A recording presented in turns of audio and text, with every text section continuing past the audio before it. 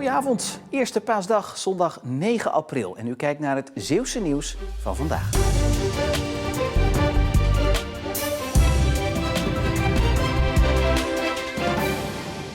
Het is Pasen, officieus het startschot van het toeristenseizoen. En dat betekent bruisende steden, druk bezochte stranden en vooral ook volgeboekte campings. En sta jij nou op de camping, dan kan het zomaar zijn dat jij een ander bedrag hebt betaald voor jouw plek dan je buurman.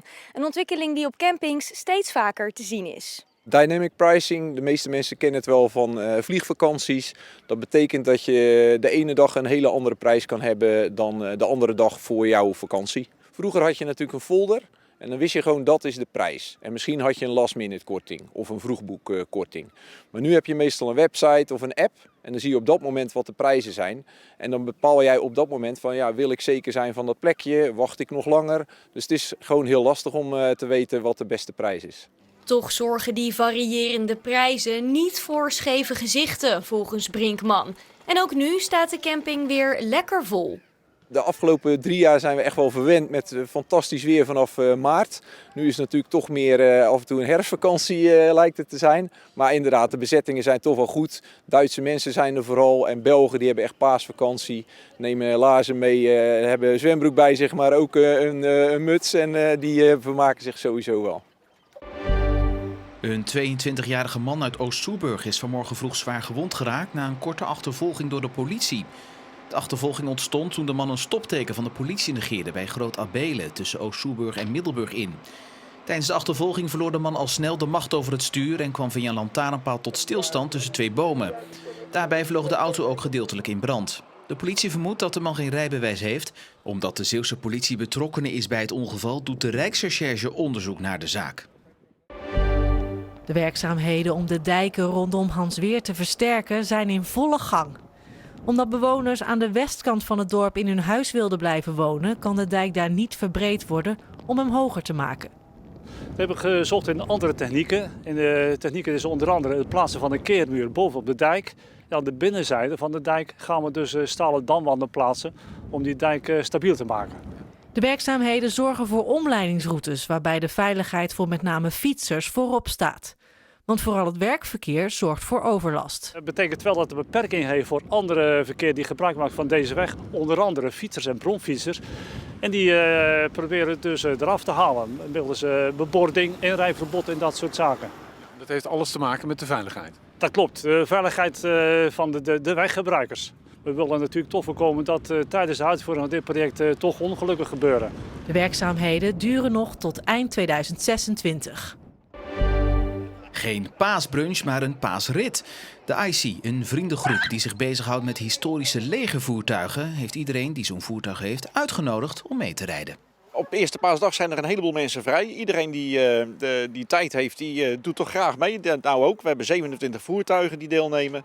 Het is altijd druk bezocht.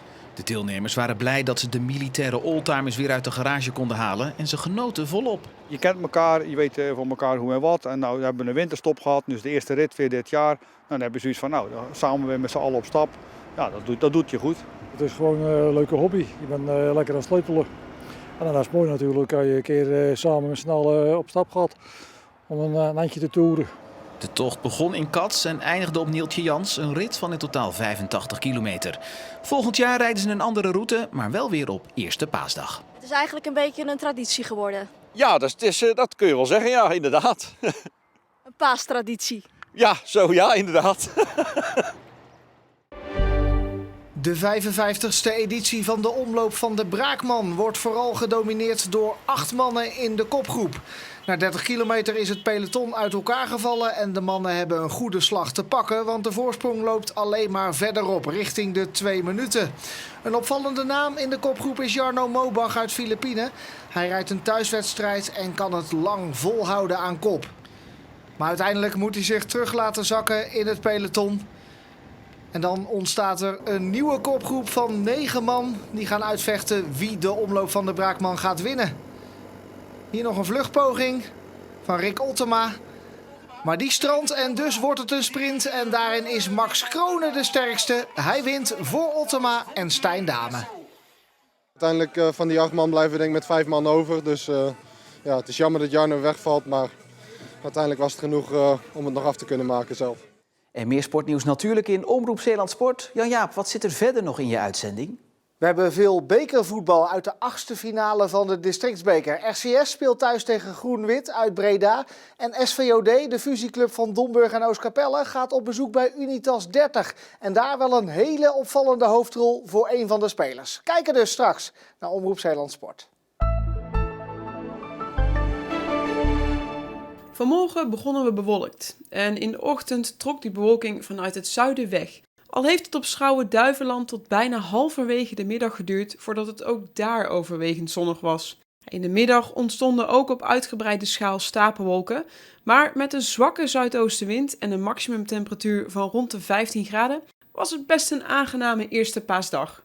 Vannacht neemt vanuit het westen de bewolking toe op nadering van een frontaal systeem. Dit betekent dat de paasmaandag weertechnisch een stuk minder lekker zal verlopen. De wind neemt toe naar een matig tot vrij krachtig en de bewolking wordt morgen in de loop van de dag steeds dikker. In de middag gaat het vanuit het westen regenen en in de avond lopen de opklaringen de kust weer binnen en daar kunnen ze dan nog net een glimp van de zon oppikken voordat deze ondergaat. Al hebben we in de avond nog steeds wel kans op een bui. Dinsdag is het nog een vrij zonnige dag, maar in de avond trekt er opnieuw een regenzone over. En dan vanaf woensdag wordt het wisselvallig. Trekt de wind aan naar vrij krachtig tot lokaal krachtig en aan de kust zelfs hard.